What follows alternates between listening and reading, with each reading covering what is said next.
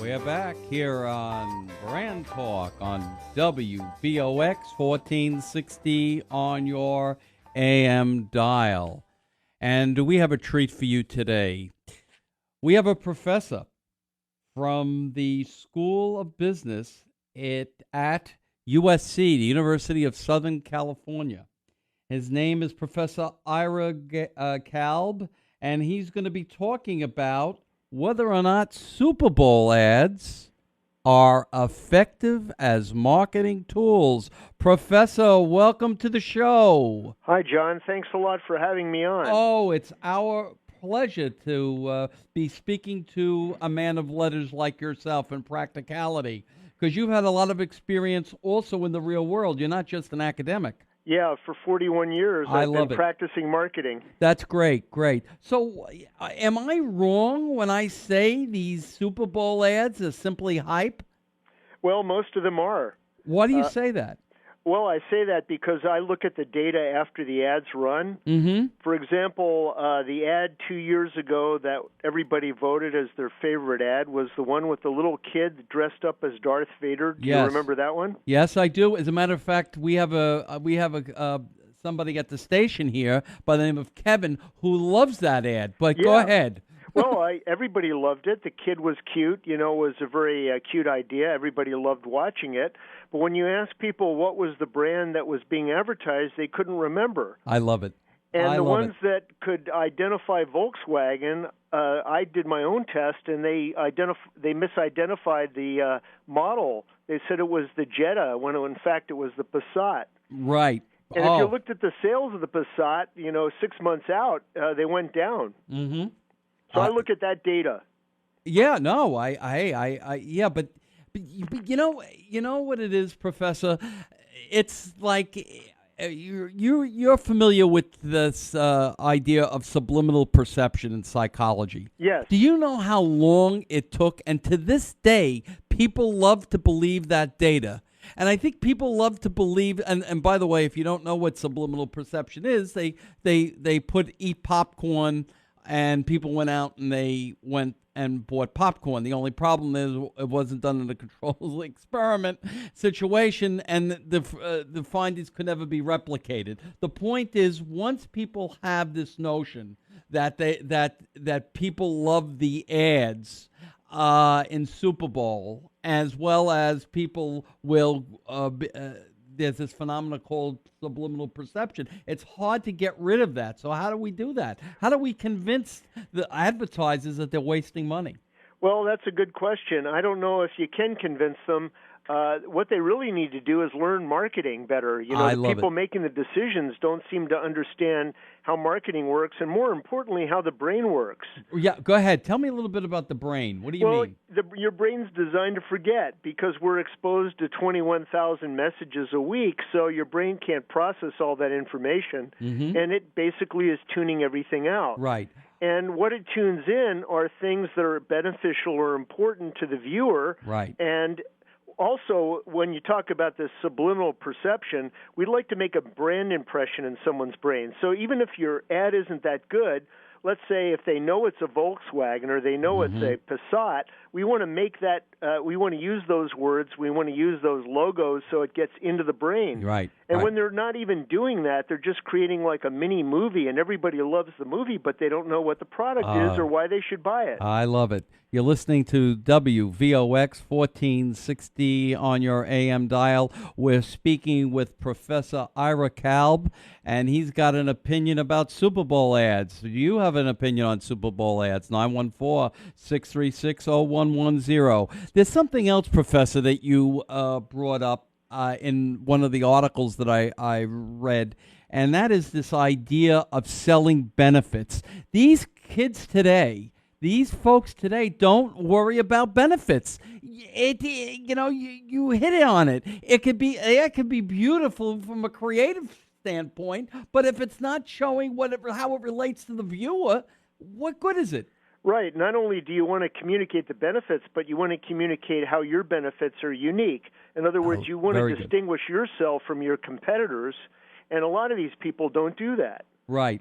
I mean, they show a car looking good, driving nice, and everybody enjoying it, but don't they all do that? Right, right.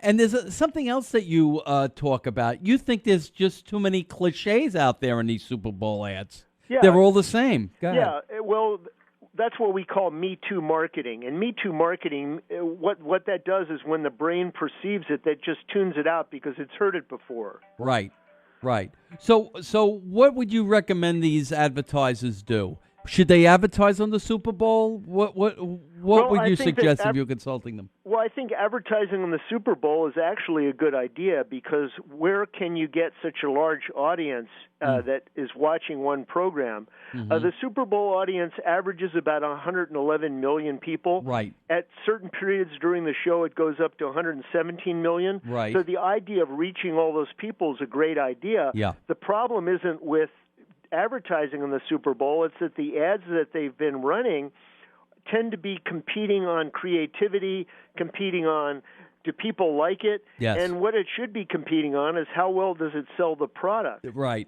And if you look at the old masters like David Ogilvy or Rosser Reeves or Shirley Polikoff or all the people that they did both. They entertained people and they also sold the product. Right, right. Well, you have there's a saying that you like to say. It's not creative.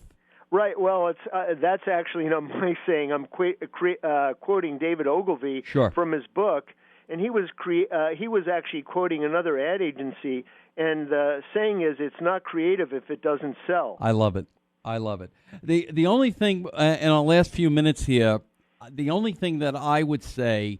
I have an issue with Super Bowl ad is that, yes, when you talk about advertising, you got to talk about reach as well as frequency. Exactly. And I will not deny that you have a great reach. And by the way, when all the geniuses talk and say, well, 40% of the people are watching them for the ads. Yeah, but that means that 60% are not.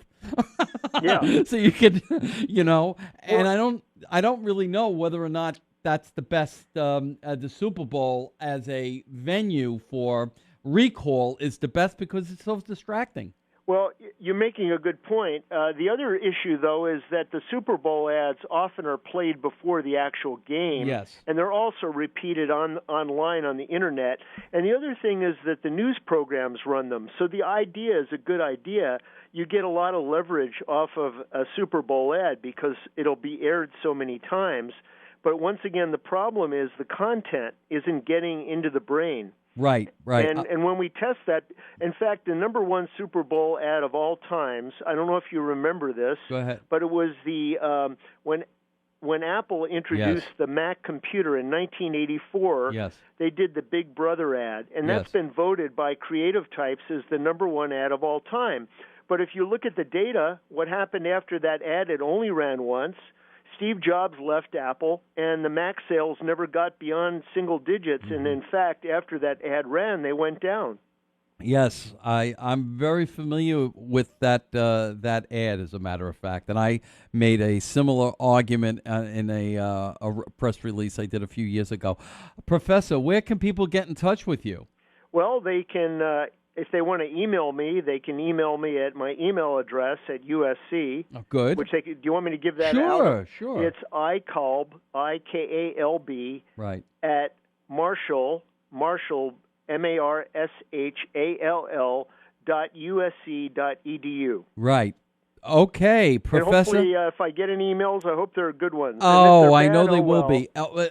Professor, it was a wonderful time talking to you, and I hope to have you back soon. Oh, it's nice talking with you, and I'd love to come back. Okay, thank you. Thank you, John. Okay, my pleasure, Professor. That was Professor Ira Kalb from USC, the University of Southern California. We're not too far apart here. I mean, he's even using some of the ads that I use. That is well known that the Apple the Apple ads that Ridley Scott did that. Ridley Scott, who does the Good Wife, and what else? What else did Ridley Scott do, movie wise? Nick is generally he did one of the big movies. Nobody knows. You don't know. Okay. Well, I'm sure somebody will text me or email me before the show ends. But anyway, um, Ridley Scott's ad. As a matter of fact, the sales decreased with Apple after that ad. But anyway, what can I tell you? 914-636-0110. This is Brand Talk on WVOX. This is John Tantillo weighing in on all things Super Bowl and all things marketing and branding. And the winner, I wanted to just say that the winner was, and by the way, each week I choose two brands that I feel have either exceeded or failed in basic brand fundamentals so that you can implement them into your own brand life.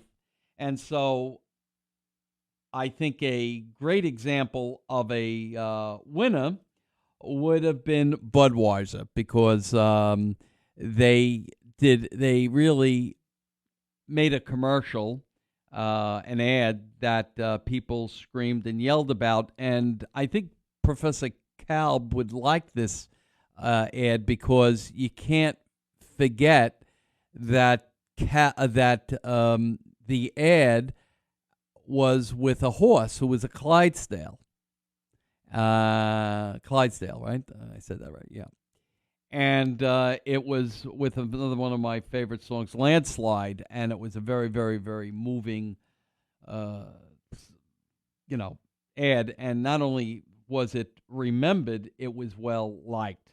So my hat goes off to Bud. And I guess the loser had to be GoDaddy's ad. And what could I tell you? Bad. Not. That's the one where the nerd was kissing the beautiful woman. It was just not the best. But look, GoDaddy is always thinks out of the box, and there was a lot of some folks, really, especially women, did not like that ad, and I can understand why, but because I wasn't too keen on it either. But nevertheless, so our brand. So what is the takeaway here? Just know your customer and know how to promote your customer. And as Professor Kalb would say, sell benefits.